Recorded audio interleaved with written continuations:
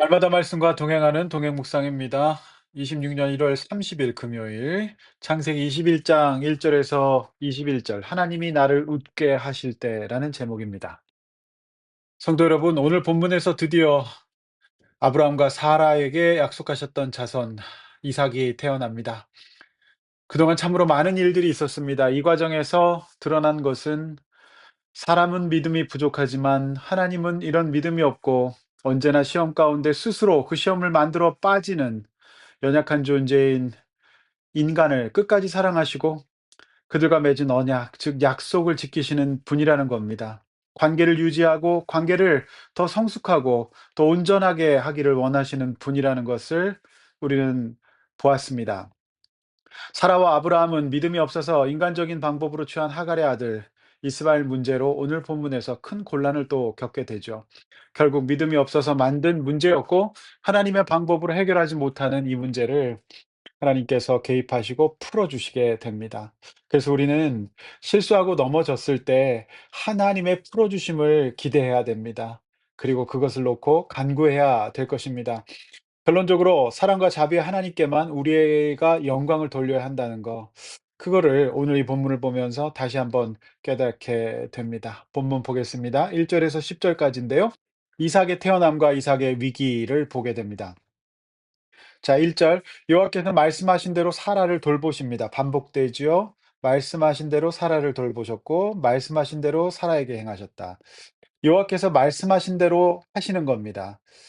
하나님의 일하심은 우리가 어떤 노력과 수고를 한다고 할지라도 하나님께서 그분의 뜻대로 하실 겁니다. 말씀대로 하실 겁니다. 그 일을 누구도 막을 수 없습니다. 그래서 우리가 항상 잊지 말아야 될 것은 내 말씀대로 또 내 뜻대로 내 생각대로가 아니라 하나님의 뜻과 말씀이 어디를 가리키고 있는지를 잘 보셔야 할 것입니다. 하나님은 자신 뜻대로 일하시는 분이십니다. 그것을 인간이 바꿀 수가 없습니다. 2 절. 사라가 임신하고 하나님이 말씀하신 시기가 되어 노년의 아브라함에게 아들을 낳게 됩니다. 엄청난 말씀입니다. 우리는 모두 시기에 대해서 관심이 많습니다. 우리가 생각하는 시기가 있고 때가 있습니다. 그것이 하나님의 때와 우리의 때가 맞을 수도 있지만 대부분은 우리가 생각하는 시기는 상식과 이성, 경험의 범위를 못 넘어섭니다. 그것은 나의 뜻과 계산에 이 들어간 시기와 관련이 있기 때문에 안 맞을 때가 있을 겁니다. 그래서 아브라함과 사레가 생각했던 시기는 하나님이 말씀하신 시기보다 훨씬 더 빠른 것이었습니다. 왜 그렇습니까? 늙어지면 못 나을 것 같았기 때문이죠. 그들은 하나님이 실수하시는 분이라고 생각했고 하나님을 원망했고 가르치기까지 했습니다. 그래서 그들은 절대 가만히 있지 않았고 몸종 하갈을 들여보내 아들을 낳기까지 했습니다. 결과는 어땠습니까? 완전히 꼬여버립니다. 멸시와 학대밖에 없었습니다. 극한 스트레스를 받게 됩니다. 하지 말아야 될 행동이었기 때문에 그들의 인생은 나락을 나락으로 떨어지게 된 것이죠. 하나님의 시기는 아브라함이 노년이 되어도 아무 상관이 없습니다. 창조주 하나님이시기 때문에 그렇습니다. 우리가 믿는 분은 여호와 하나님이십니다. 어디에나 함께 계시는 분이십니다. 그것이 하늘에 계신 하나님이라는 고백 아니겠습니까? 생사화복을 주관하시는 하나님은 사람의 생명도 주관하십니다. 온 지구의 역사를 주관하십니다. 그분에게 늙은 아브라함과 사라의 몸은 아무런 문제가 되지 않으십니다. 이분이 바로 우리가 믿는 여호와 하나님이십니다. 성도 여러분, 하나님이 말씀하신 대로 하나님께서 시기를 결정하시고 일하실 겁니다. 그분의 뜻대로 일하실 겁니다. 그러므로 우리가 기도해야 될 것은 내가 생각하는 시기와 하나님의 시기 앞에서 우리가 시험에 들지 않도록, 우리가 스스로 악에 빠지지 않도록, 하갈과 이스마엘 낳는 일들, 그런 일을 하지 않게 해 달라고 굳건하게 믿고 언젠가 반드시 웃게 하실 것을 믿으시기를 바랍니다. 그 믿음 달라고 기도하시기를 바랍니다. 그리고 나의 시기와 하나님의 시기가 맞아떨어지고 좁혀지게 해 달라고 여러분 하나님 앞에서 말씀의 인도를 구하고 성령님의 도우심을 구하십시오. 내 뜻과 시기를 아무리 구해보고 인간적인 방법을 취해봐야 상황은 더 꼬일 뿐입니다. 우리 각자 무엇을 믿고 무엇을 기준으로 삼고 때와 시기의 문제를 맡기고 있는지 오늘 이 새벽에 점검해 보십시다.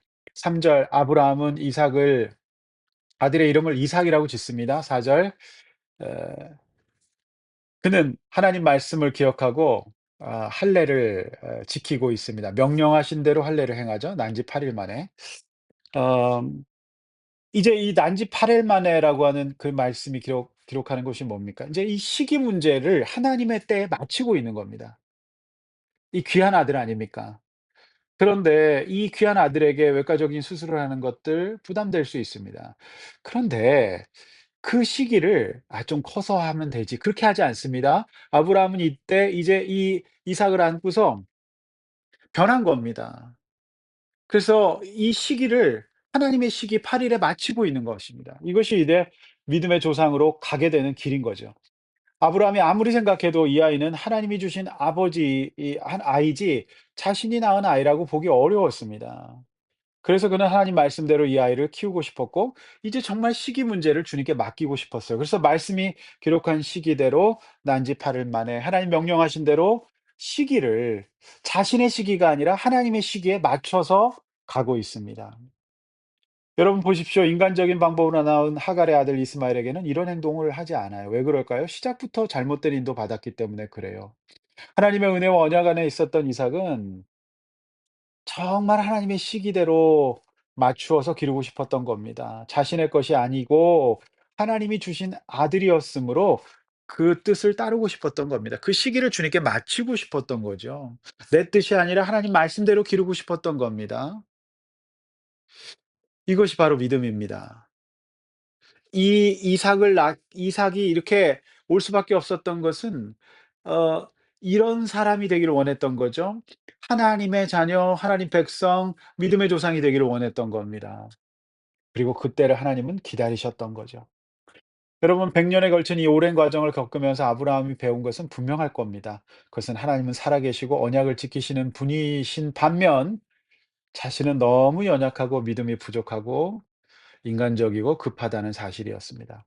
결국 이런 믿음의 연단을 통하여 아브라함은 아들 이삭을 번제물로 바치는 순종에 이르는 그 경지까지 오르게 됩니다. 믿음의 조상이 그렇게 되는 겁니다. 구원은 하나님과의 관계 회복이 본질이라고 말씀드렸습니다. 그런 면에서 아브라함은 하나님은 100% 오르시다. 하나님과의 관계가 너무 좋기 때문에 아들을 주신 분도 하나님이고 바치라는 분도 하나님이라면 그는 자신의 뜻과 자신의 시기 '좀 더 키우다가 드리면 안 될까요?' 이런 생각하지 않았습니다. 그냥 그 하나님의 뜻에 그 하나님의 시기에 그때에 어느 정도 자랐을 때 한창 예뻤을 때 하나님의 명령 이 엄청난 명령까지도 신뢰하며 순종할 수 있었던 겁니다. 그렇게까지 하나님과의 관계가 좋아졌던 것입니다. 이것을 구원받은 것이라고 얘기합니다. 성도 여러분, 우리는 다 이해할 수도 감당할 수 없는 현실이 있습니다. 그러나 우리 하나님을 신뢰해야 합니다. 우리 하나님께서 우리 믿음 없음도 이해하시고 우리 각자의 환경과 인생을 주관하고 계실 겁니다. 정확하게 일하고 계실 겁니다. 저는 그것을 믿고 우리 성도님들을 위해서 기도합니다.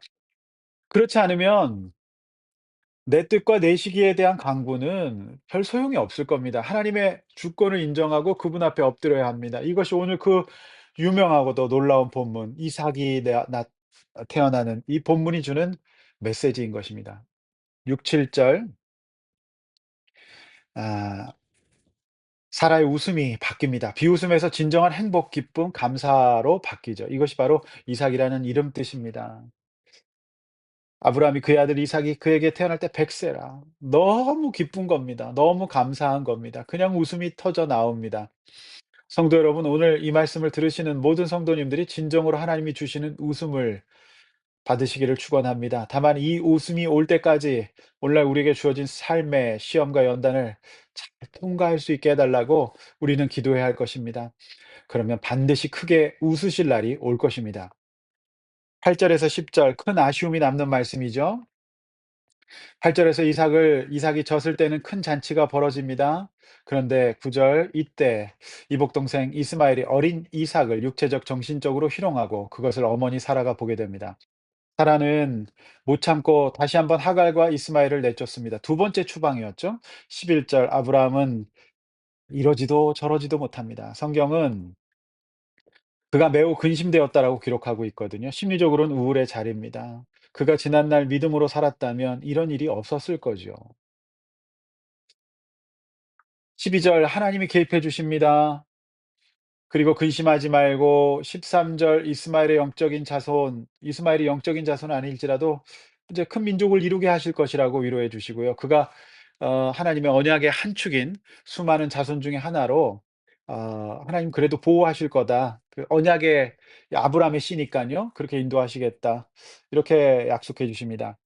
자 14절에서 21절 14절은 아브라함은 양식을 챙겨서 이 하갈과 이스마엘을 떠나 보냅니다. 그리고 그들은 광야에서 방황합니다.